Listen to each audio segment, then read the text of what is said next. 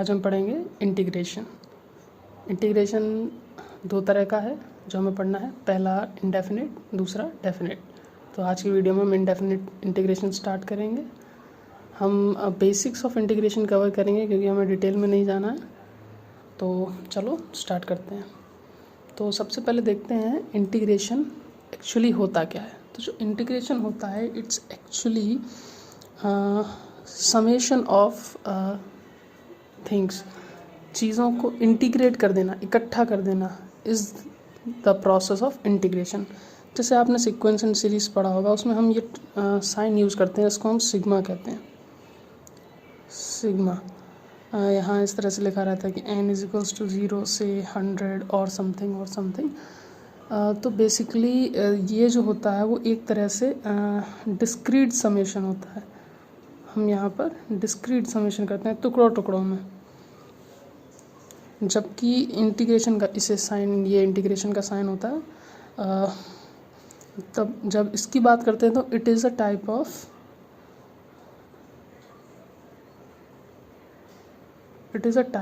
Continuous summation.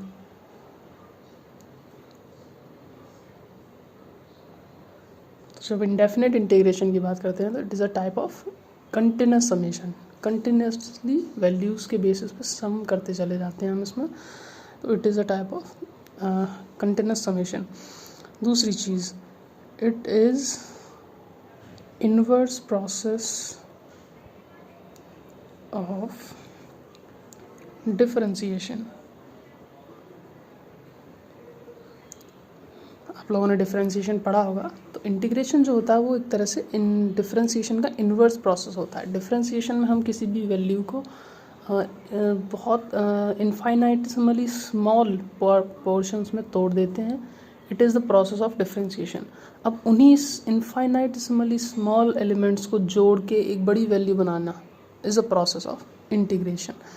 तो इसीलिए it is inverse process of differentiation.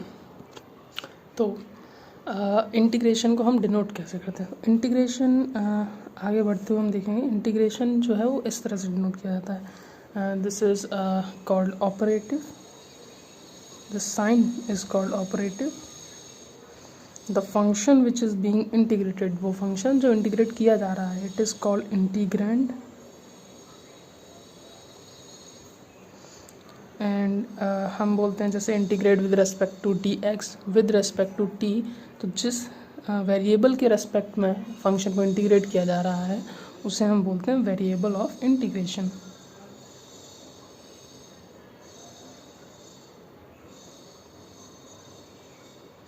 Fine.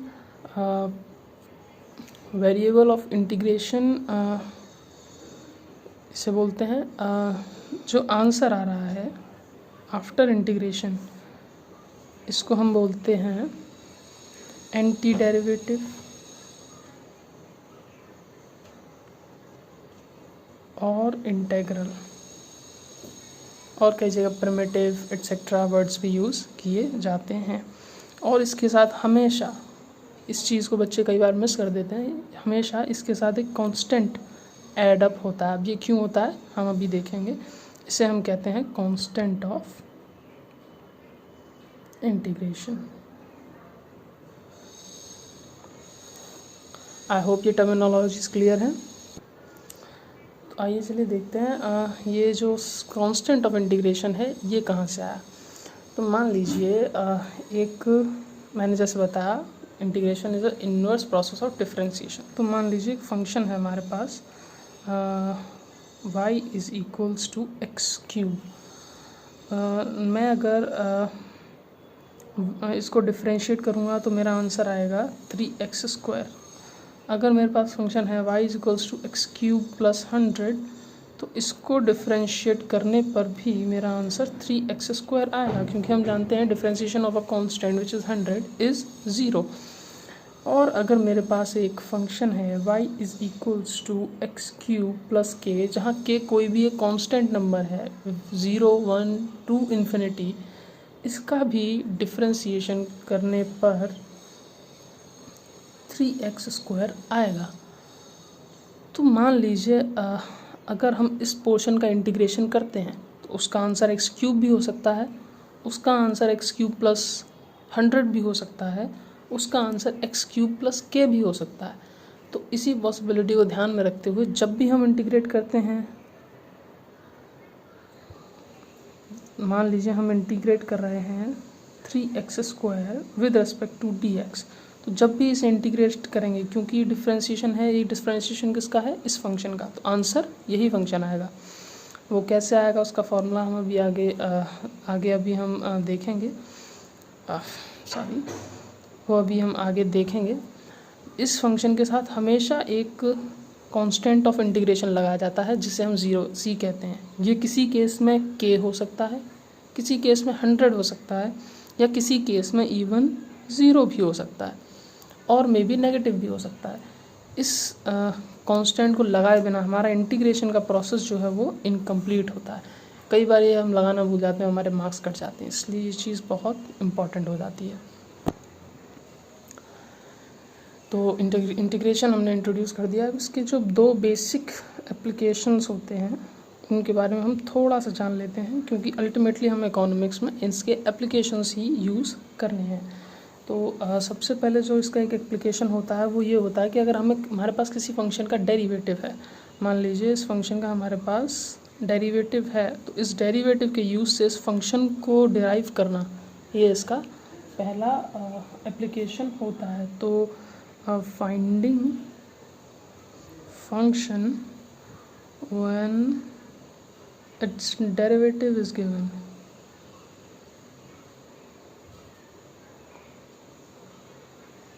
Right. दूसरा जो इसका एप्लीकेशन होता है वो होता है the problem of finding area bounded by the graph. मान लीजिए हमारे पास एक ग्राफ है इस तरह का, तो मुझे यहाँ से यहाँ तक का ओ ए बी के बीच में जो एरिया लाई कर रहा है, मुझे इस एरिया को डिराइव करना है। तो the process of deriving this area under this curve, वो भी हम इंटीग्रेशन की हेल्प से कर सकते हैं। कैसे करते हैं हम अभी देखेंगे इन कमिंग वीडियोस। तो मैं लिख लेता हूँ कि finding area under curve in certain conditions.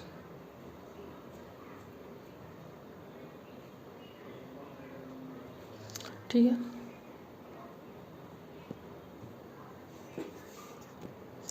तो चलिए अब हम इंटीग्रेशन का एक बार ग्राफिकल रिप्रेजेंटेशन और देख लेते हैं।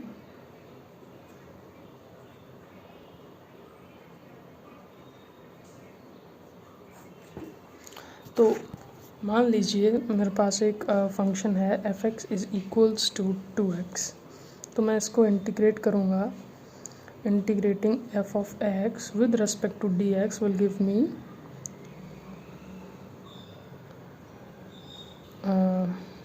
x² plus c। ये कैसे आया इसका प्रोसेस अभी हम देखेंगे। अभी आप ग्राफिकल रिप्रेजेंटेशन देख लीजिए, where c is the constant of integration. मान लीजिए c अगर 0 है तो f(x) क्या हो जाएगा, x² प्लस 0। अगर c 2 है तो f(x) क्या हो जाएगा, x² प्लस 2। अगर c माइनस 2 है तो f(x) क्या हो जाएगा, x² माइनस 2। इसी तरह से सो एंड सो फोर्थ, कई सारे फैमिली ऑफ फंक्शंस बनेंगे। इस टर्म को याद रखिएगा, फैमिली ऑफ फंक्शंस।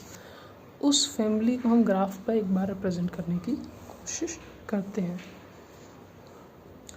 तो ये जो इक्वेशन है f(x) is equals to x², हम इसे y is equals to x² भी लिख सकते हैं। ऑब्वियसली f(x) को हम y मानते हैं, तो ये आप देख सकते हैं कि एक सिंपल पैराबोला की इक्वेशन, सिंपली एक पैराबोला है।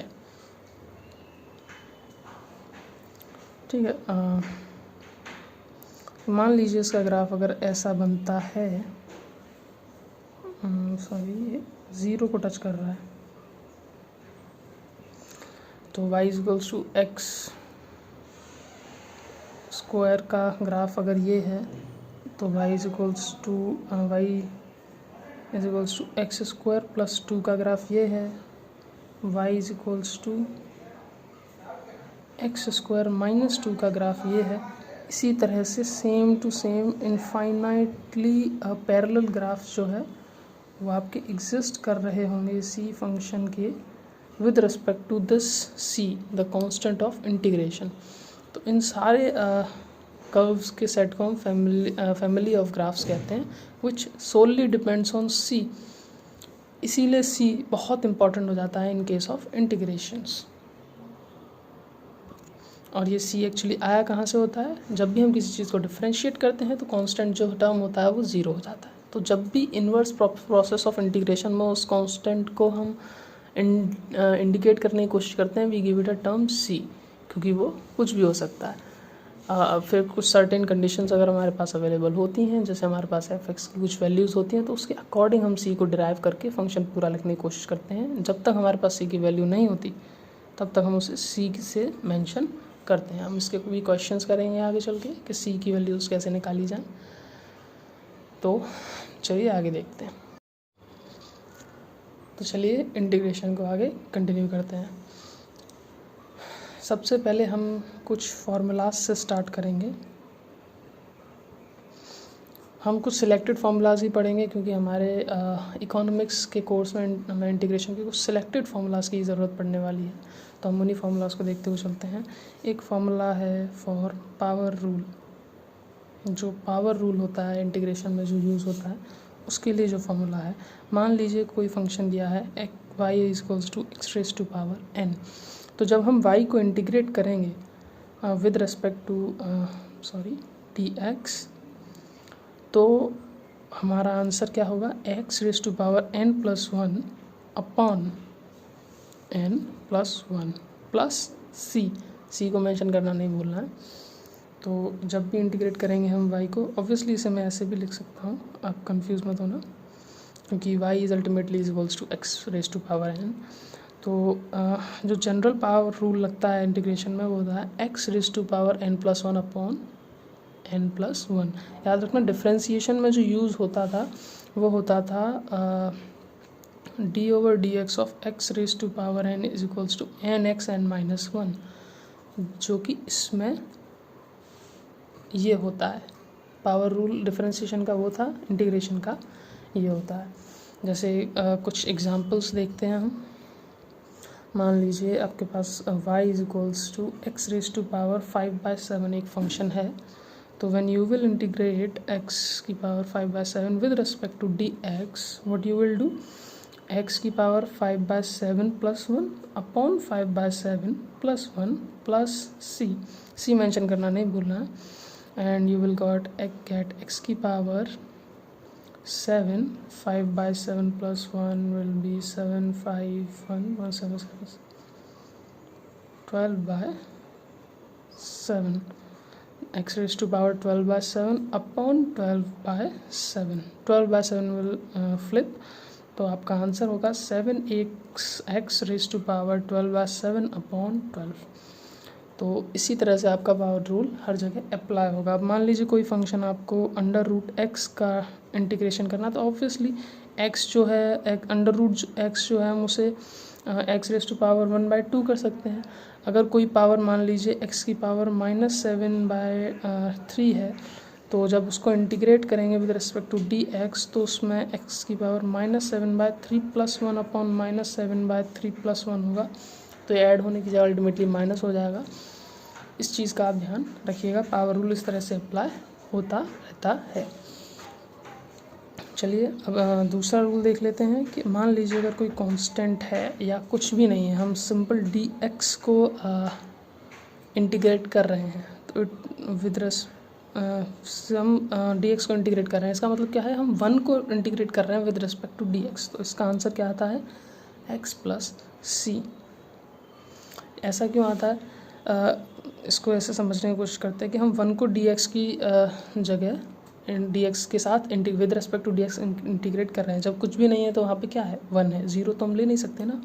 तो अब 1 को मैं लिख सकता हूँ एक्स रेज टू पावर 0, क्योंकि हम जानते हैं anything raise to power 0 is 1। तो तो x raise to power 0 with respect to d x को इंटीग्रेट करने पर एक्स की power 0 + 1 upon 0 + 1 will ultimately give me x plus C. तो वही हमने यहाँ फॉर्मूला लिया है, इस चीज़ को याद रखना है। अगला जो फॉर्मूला यूज़ होने वाला है वो है integration of 1/x with respect to d x. इसका जो आंसर होता है वो log ऑफ mod x होता है। mod x क्यों? क्योंकि log में कभी भी नेगेटिव पावर का, नेगेटिव वैल्यू का यूज़ नहीं होता है। log is a function which always gives a positive value. तो log x प्लस सी। अब कई लोग आपके माइंड में आ सकता है, दिमाग में आ सकता है कि हम 1/x dx को इंटीग्रेशन ऑफ x की पावर -1 dx क्यों नहीं कर देते। इस तरह से हम पावर रूल से ही निकाल लेंगे, हमें लॉग की ज़रूरत नहीं पड़ेगी। तो ट्राई करके देखते हैं। इसका मतलब होगा 1 + 1 -1 + 1 upon -1 + 1 plus see it will give me x की power 0 which is not a problem, but denominator में 0 आ जाएगा विच इज़ अनडिफाइंड। इसीलिए हम यहाँ पर log x लेते हैं। और log x आया क्यों? क्योंकि ये एक एंटी डेरिवेटिव। हम जानते हैं d/dx of log x gives me 1/x। तो integration of 1/x will give me log x। That simple, because integration is otherwise a inverse process of differentiation। इसी से एक चीज़ और ड्राइव होती है, वो ये कि पावर रूल जो है nx + 1/n + 1 is not applicable in case of n is equals to -1। जब भी n की पावर -1 होगी, it will not be applicable, what power rule will not be applicable there. Power rule जो है वो n is equal to -1 के case में applicable नहीं होता है। आगे हम देखते हैं एक्सपोनेंशियल फंक्शंस जो होते हैं उनका इंटीग्रेशन करने पर क्या आंसर आता है। डिफरेंशिएशन में हम जानते थे differentiation of exponential a⁻x। I hope आप एक्सपोनेंशियल के बारे में जानते हैं। a is a some constant, ये 1 हो सकता है, 2 हो सकता है, 3 हो सकता है। e जो है वो भी एक सिलेक्टेड वैल्यू रखता है अपने पास, वो भी हो सकता है। तो इसका जब डिफरेंशिएशन हम करते थे तो ये it gives answer as this ax into log a। तो इंटीग्रेशन में इसका आंसर जो आता है वो आता है ax remains the same but log a ऊपर की जगह डिवाइड में आ जाता है and gives us plus c। इसी से एक और जो फंक्शन डिराइव होता है वो ex जो होता है उसको लेकर है। वो ये है कि it gives us ex upon में 1 क्यों? ex plus c। नीचे log ऑफ e क्यों नहीं आया? log of e is ultimately equal to 1, तो हम वहाँ मेंशन ही नहीं करते। तो ये 5 फॉर्मूलाज जो हैं वो बहुत बहुत बहुत इंपॉर्टेंट हैं आपके इकोनॉमिक्स के सिलेबस के लिए। चलिए अब अलजेब्रा ऑफ इंटीग्रेशन के कुछ देख लेते हैं। अगर आपके पास k कोई कांस्टेंट है और आपका फंक्शन f(x) है जो आपको dx के रेस्पेक्ट में इंटीग्रेट करना है तो क्या होगा? इट नथिंग, k जो है वो बाहर आ जाएगा जैसे नॉर्मली डिफरेंशिएशन में भी होता था, एंड आप फंक्शन को नॉर्मली इंटीग्रेट करेंगे। अगर आपका जो इंटीग्रेशन है वो कुछ इस तरह से है, f(x) एक फंक्शन है, प्लस माइनस या कुछ भी लगा हुआ दोनों में से, और दूसरा फंक्शन है gx, इन दोनों को इंटीग्रेट करना है विद रिस्पेक्ट टू dx, तो आप कुछ नहीं करेंगे, आप नॉर्मली दोनों को अलग कर लेंगे। fx का integration with respect to dx plus minus gx का integration with respect to dx। लेकिन प्रोडक्ट रूल और क्वोशिएंट रूल जो इंटीग्रेट डिफरेंशिएशन में लगते थे वो इंटीग्रेशन में अप्लाई नहीं होते हैं, इस बात का आप ध्यान रखेंगे। सब्ट्रैक्शन और कांस्टेंट वाला जो रूल है वो डिफरेंशिएशन की तरह सेम रहता है। इसी के साथ एक इम्पॉर्टेंट चीज़ और याद रखेंगे वो ये है कि अगर आपका एक्सपोनेंशियल फंक्शन कुछ इस तरह से दिया है कि उसके पावर में x की बजाय इटसेल्फ कोई फंक्शन है लाइक 5x + 2 जिसको आप इंटीग्रेट करना है, तो कुछ नहीं होगा, आंसर आपका e की पावर 5x + 2 आएगा एज इट इज़। अपॉन में x का जो कोएफिशिएंट है वो डिवाइड में आ जाएगा, दैट सिंपल, और फिर प्लस c, ये आपका आंसर होगा। इस चीज़ को भी दिमाग में रखिएगा। आप ये फॉर्मूलाज नोट कर सकते हैं, फिर हम कुछ क्वेश्चंस करते हैं। चलिए पहला क्वेश्चन करते हैं। Integration of x cube minus 1 upon x square d x. थोड़ा सा कॉम्प्लिकेटेड लग रहा है, बहुत आसान है। हम क्या करेंगे, क्योंकि हमने इस तरह का कोई फॉर्मूला नहीं पढ़ा है जो इस क्वेश्चन को डायरेक्टली सॉल्व करे, तो हम क्या करेंगे, we will separate this equation like x cube upon x square minus 1 upon x square, पूरे में डी एक्स लगा होगा, क्योंकि ये प्रॉपर्टी होती है we will x cube upon x square will give us x minus 1 upon x square d x, क्योंकि property होती है इंटीग्रेशन जो है वो डिस्ट्रीब्यूट हो जाएगा इस तरह से। अब हम इसे नॉर्मली इंटीग्रेट कर लेंगे। इसका डिफरेंस इंटीग्रेशन क्या होगा, एक्स की power 1 plus 1 upon 1 plus 1 minus, इसको जब इंटीग्रेट करेंगे ऊपर जाके एक्स की पावर -2 हो जाएगा, तो it can be written as -2 plus 1 upon -2 plus 1 in bracket, और एक सी आ जाएगा। Answer will be x square by 2 minus x की पावर -1 अपॉन -1 प्लस सी, ये माइनस इस माइनस को कैंसिल आउट कर देगा, तो आपका आंसर आएगा plus upon 1 upon x plus c. I hope समझ में आया होगा। अगर नहीं समझ में आया तो एक बार रिपीट करके देख लीजिए वीडियो को। अगला क्वेश्चन जो हम करेंगे वो है इंटीग्रेशन ऑफ एक्स की power 2/3 plus 1 d x. Integration फिर से सेपरेट हो जाएगा, it will give us x की power 2/3 d x plus integration of d x. हम जानते हैं इसमें कुछ भी नया नहीं है, it's that simple, and integration of only d x will give us x and C. तो इसका आंसर जो आपका होगा वो होगा एक्स की पावर 5/3 अपॉन 5/3, 5/3 फ्लिप होगा तो 3/5 आ जाएगा। I hope you understand. X की पावर 5/3 अपॉन 5/3 था, अब ये जो 3 है वो ऊपर चला जाएगा, तो इट विल बी 3x की power 5/3 upon 5/3, sorry upon 5, 3x की power 5/3 upon 5 plus x plus c will be the. एक और क्वेश्चन करके देखते हैं। इंटीग्रेशन ऑफ x की power 3/2,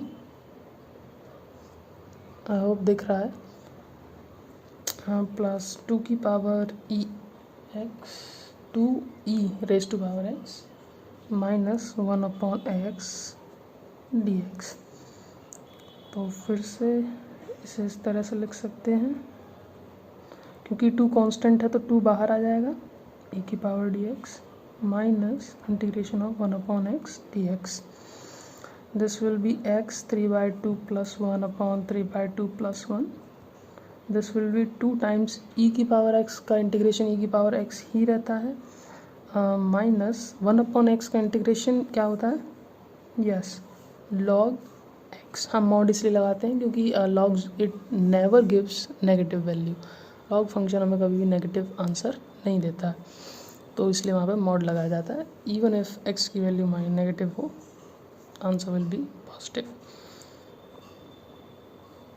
and c is well. तो आंसर क्या हो जाएगा, आंसर हमारा हो जाएगा x की पावर 5/2, नीचे भी 5/2 आएगा जो कि फ्लिप हो जाएगा, 2 अपॉन 5 के फॉर्म में आंसर आएगा, 2e की power x minus log of x plus c।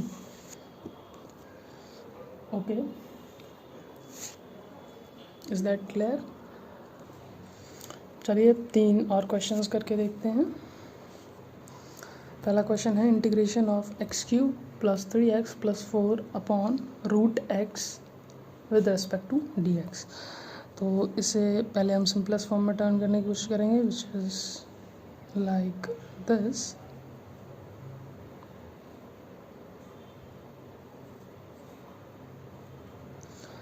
तो ये हो जाएगा आपका 3 माइनस 1/2, 3 माइनस 1/2, आंसर जो आपका आएगा वो आएगा 5/2। तो x की पावर 5/2, 3 माइनस 1/2 क्यों किया हमने, क्योंकि x जो अंडर रूट एक्स है उसे हम 1/2 रख सकते हैं। 1/2 जब ऊपर जाएगा, x की पावर 1/2 जब ऊपर जाएगा तो it will be 3 minus x की power 3 minus 1/2 which will give us x की पावर 5/2 का integration with respect to d x plus 3 constant है बाहर आएगा। अगेन x की पावर 1 माइनस 1/2, 1/2 कैसे आया, x की पावर 1/2 ऊपर गया, x की पावर माइनस 1/2 जो कि ये है with respect to d x plus integration of 4 बाहर आ जाएगा 1 upon under root x which is nothing but x की पावर माइनस 1/2 डी एक्स। इसे हम इंटीग्रेट करेंगे तो x की power 5/2 plus 1 upon 5/2 plus 1, this will give us 3 times x की power 1/2 plus 1 upon 1/2 plus 1, this will give us 4 times x की power minus 1/2 plus 1 upon minus 1/2 plus 1 plus c। 5/2 plus 1 gives us 5 plus 7/2। तो x की power 7/2 ये हो जाएगा 7/2 flip होगा 2/7 plus 3 times x की power 3/2, नीचे भी 3/2 आएगा, वो जो फ्लिप होगा तो इट विल बी 2/3, 3 से 3 कट हो जाएगा, it will be 4 and x की power minus 1/2 plus 1 will be 1/2 positive and it will be 1/2, तो जो 2 है वो ऊपर पहुंच जाएगा एंड डिनोमिनेटर में 1 रह जाएगा। Answer will B 2/7 x raised to power 7/2 plus 2 times x raised to power 3/2 plus 8 times x raised to power 1/2 plus c। I hope it is clear. चलो ये नेक्स्ट क्वेश्चन देखते हैं।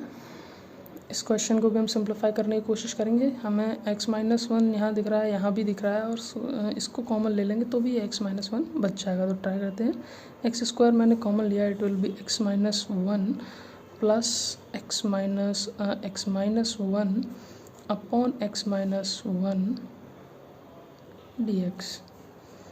x माइनस 1 ऊपर फिर से कॉमन लिया तो it will be left with x square plus 1 upon x minus 1 कट जाएगा d x. It will give us integration of x square d x plus integration of d x which will give us x cube plus 3 plus x plus c. I hope it is clear. नहीं समझ आया एक बार repeat करके देखिए, otherwise comment कीजिए। Again integration of 4 e raised to power 3x plus 1 with respect to dx plus integration of 1 dx मतलब dx।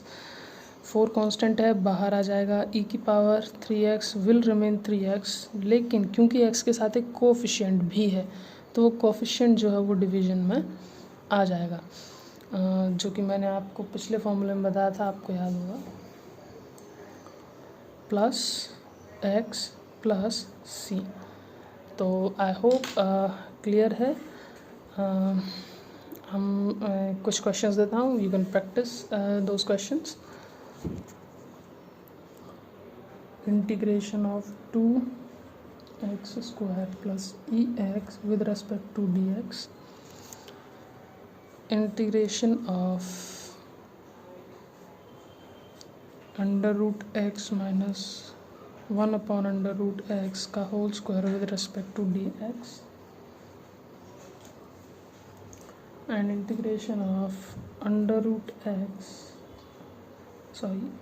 √x 3x² + 2x + 3 dx। ये 3 क्वेश्चंस आप प्रैक्टिस कीजिए। आई होप आपको basics of indefinite integration clear होंगे। Till then keep watching, keep planning. Thank you.